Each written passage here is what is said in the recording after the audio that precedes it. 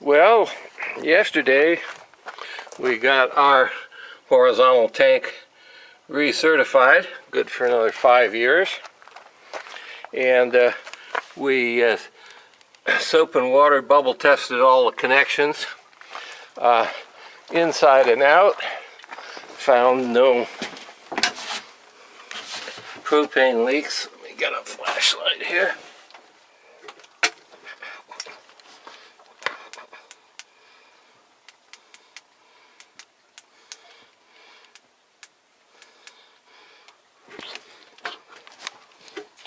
So,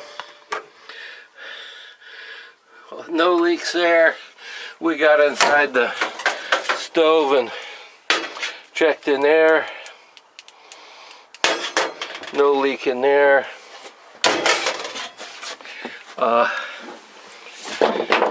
Got in the back behind the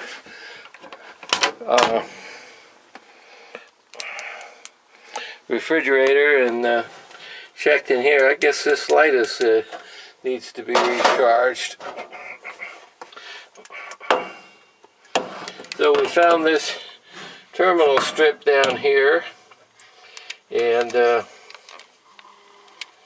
you can see there's one wire that was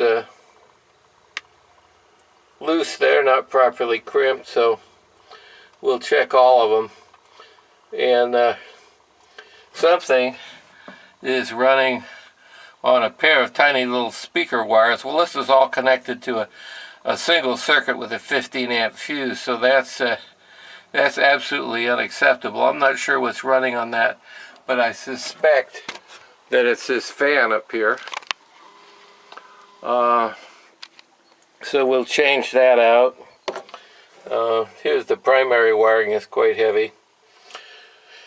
So anyway, we got all the lights working, and this funny little fluorescent light here works. This light's working, and the one back in here works as well, as does that fan. The switch is so hard to get I won't do it, but this fan is working. Very noisy. It's an oscillating fan. I think it was a really goofy place to mount it, and the wiring is woefully inadequate, but we'll get that fixed. But anyway, that works. And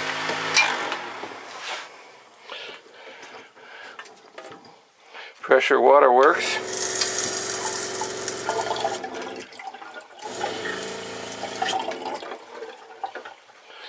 So haven't gotten the furnace to work yet. This porch light works out here.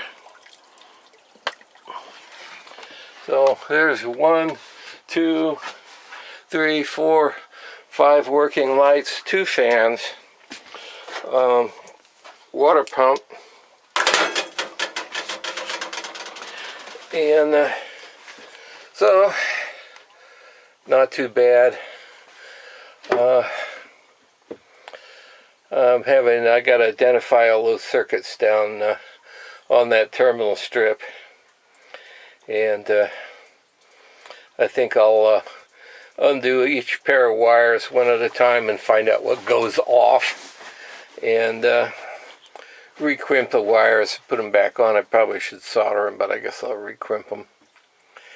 And so there we go. Not gotten any life out of this furnace yet. I think I may just have to pull it out of there and put it on my workbench. It's similar to the one I have heating my office. In fact, it looks almost identical. And I know it's got a little electronic circuit board in there, a little logic board with relays that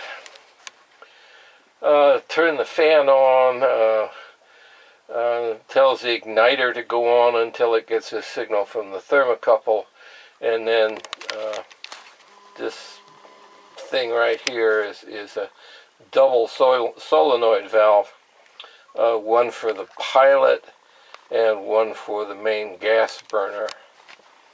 So it's got a cycle that it goes through, turns the fan on, turns the igniter on to spark the light the pilot, and the gas on to the pilot. And once that gets hot and the thermocouple sends a signal, then it turns on. The main gas burner lets the heater come on and turns off the igniter and the pilot, and then it just runs, and the thermostat turns it off and on. I guess the pilot keeps going, and the thermostat turns the gas burner and the fan off and on. The fan's on a time cycle, so even after you turn off the burner with the thermostat, the fan will cycle till it cools to a certain point.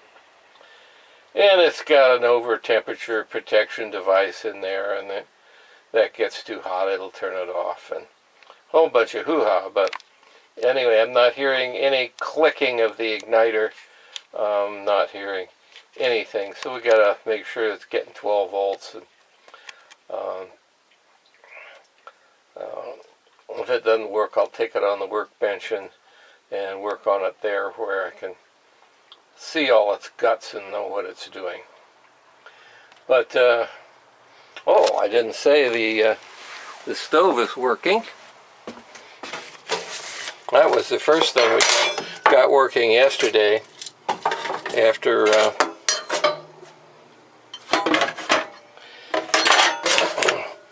I tested the gas lines and found that they were okay. Let me just set this down over here. Like that. And there it is.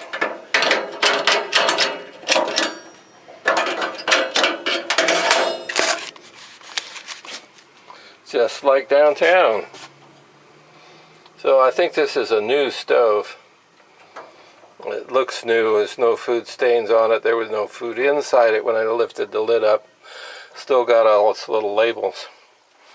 So whoever the previous owner was dropped close to $1,000 on this fridge. Oh, the fridge. We lit the fridge today. A little thermocouple makes this needle go up in the green to let you know that it's lit. And it's getting cold in here. What's the thermometer say? Let's see, get down here where we can read it.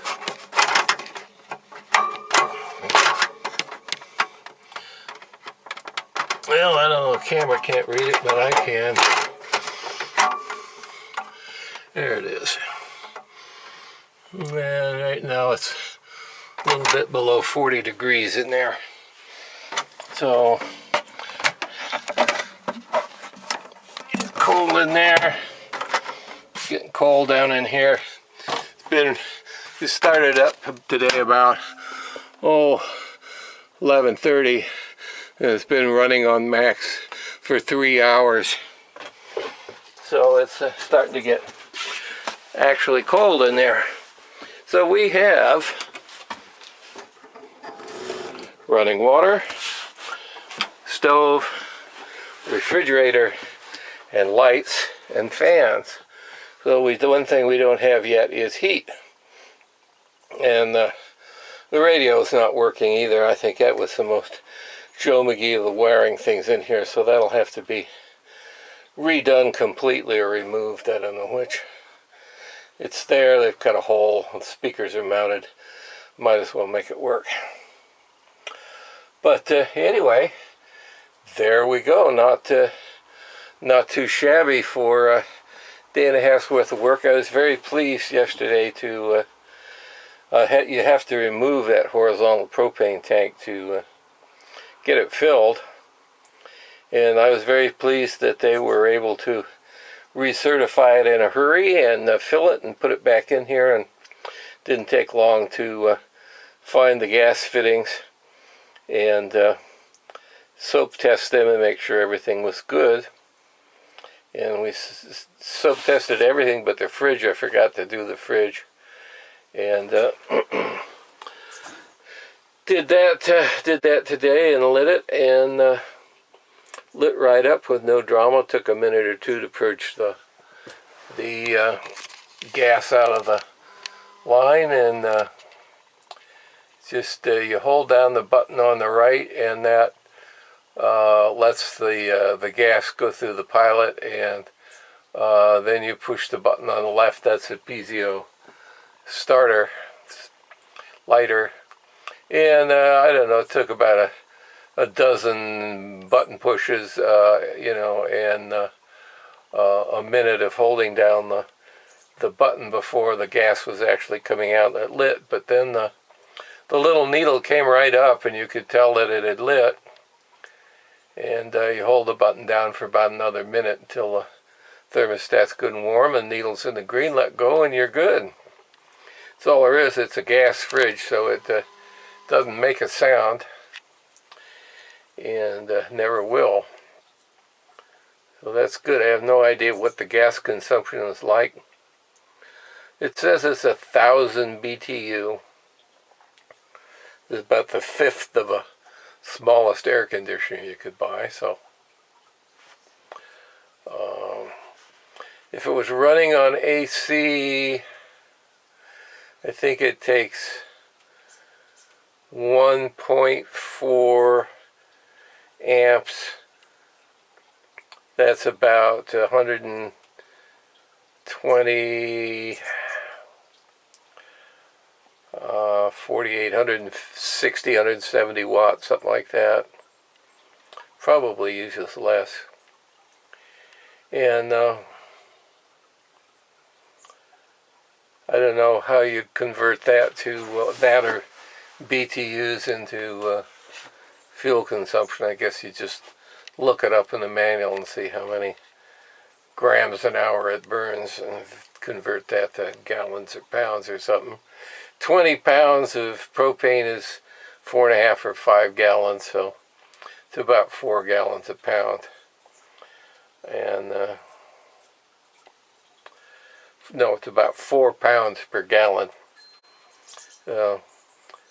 Kilos more than a gallon. So we'll figure out how many grams an hour it burns, and we can convert that into whatever fraction of a gallon an hour or a day it burns. We'll figure it out. But anyway, pretty good progress. We haven't plugged this into the AC yet. The only thing that runs on AC in here is that refrigerator, and I guess we could run it on AC for a while, but I wanted to prove that it worked on gas, and because when we travel, we sure as heck have to run it on gas. We're not going to have any AC to run it on, and we're not going to try to run on a 12-volt battery in the inverter, because that's flatten the battery in a few hours. It just takes too much power to run on a storage battery. So that's the story. Outside, got a Trojan 12-volt AGM deep cycle battery, 105 amp hours. So, you know, for the 5 amp load on it, it'll run about 20 hours or something, I guess. And I've got it on the charger here that was down below 12 volts, 11.9 or something. I said, well, I might as well put it on a charger while I'm here.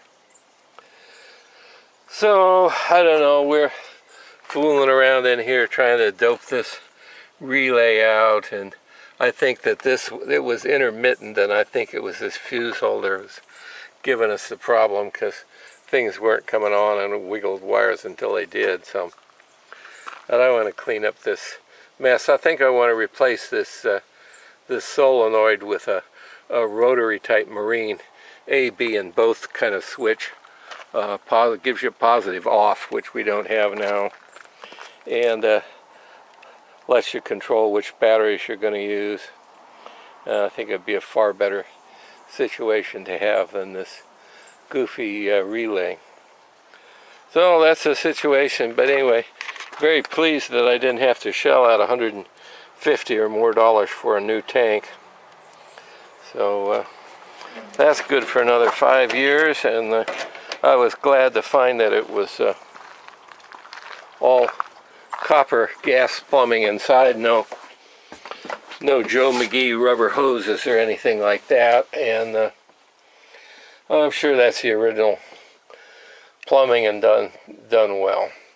So that's the story for Friday, getting right toward the end of August here.